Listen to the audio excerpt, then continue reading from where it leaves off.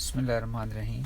Today we are going to discuss civics, citizenship and civic engagement. It is a very important topic regarding the course that is civics and community engagement. In this lecture we will discuss these three important concepts: civics, citizenship and civic engagement one by one. So let's start. What is civics?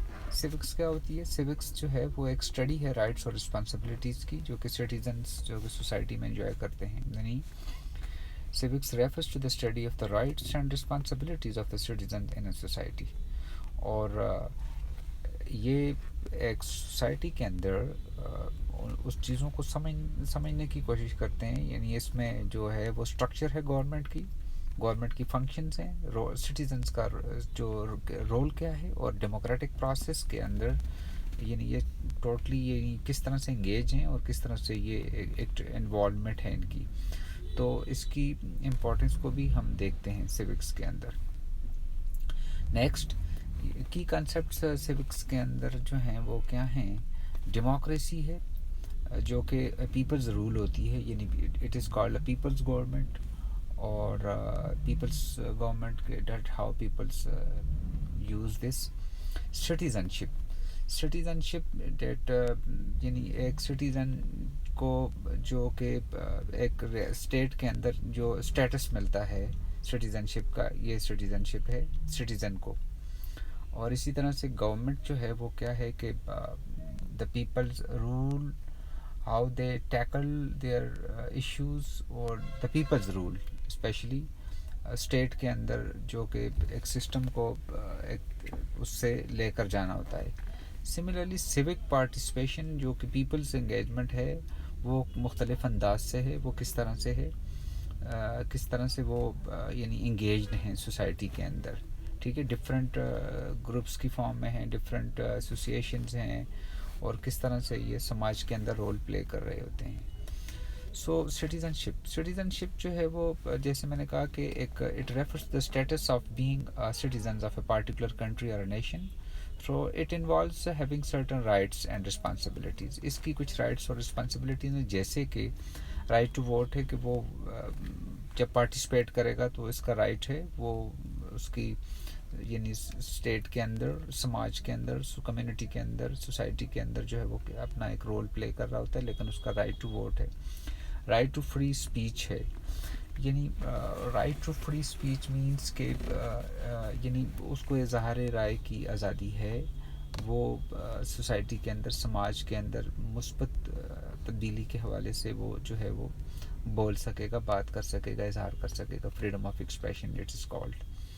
Right to assembly, they can join by their hands to for the betterment of the society. वो इकट्ठे हो सकते हैं और काज के लिए इकट्ठे होंगे, और वो के पॉजिटिव काज जो कि चेंज होगी पॉजिटिविटीज़ ऑफ द सोसाइटी.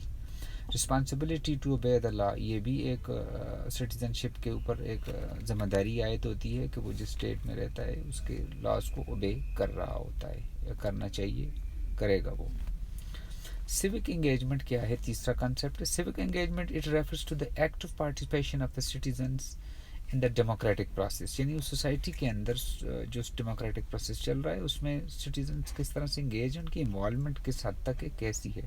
और it involves engaging in activities that contribute to the public good. जैसे मैंने शुरू में कहा था कि सोसाइटी के अंदर पब्लिक गुड के लिए जो है वो उसकी एक्टिविटीज़ के हवाले से वो इंगेज होगा, ना कि नेगेटिव पहलुओं पर जो है वो तवज्जो दे या स्टेट को या सोसाइटी को या कम्युनिटी को नुकसान हो रहा हो. तो सिविक इंगेजमेंट वोटिंग के ज़रिए होगी. वॉलंटियर जो है रज़ाकाराना तौर पर वो काम करेगा. कम्युनिटी सर्विसेज देगा, मुख्तलिफ शोबों में मुख्तलिफ जगहों पर काम करके देगा.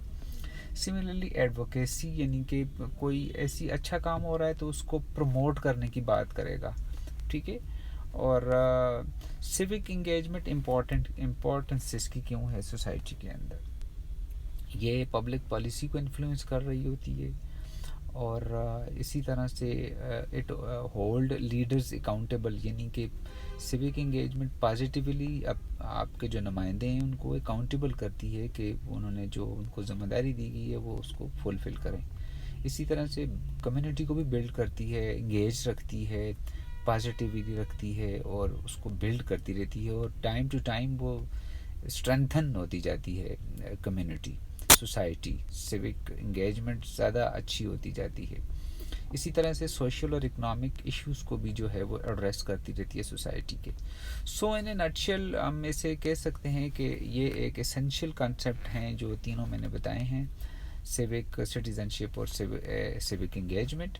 تو اسینشیل کانسیپٹس ہیں for understanding the roles of citizens ہے in a democratic society.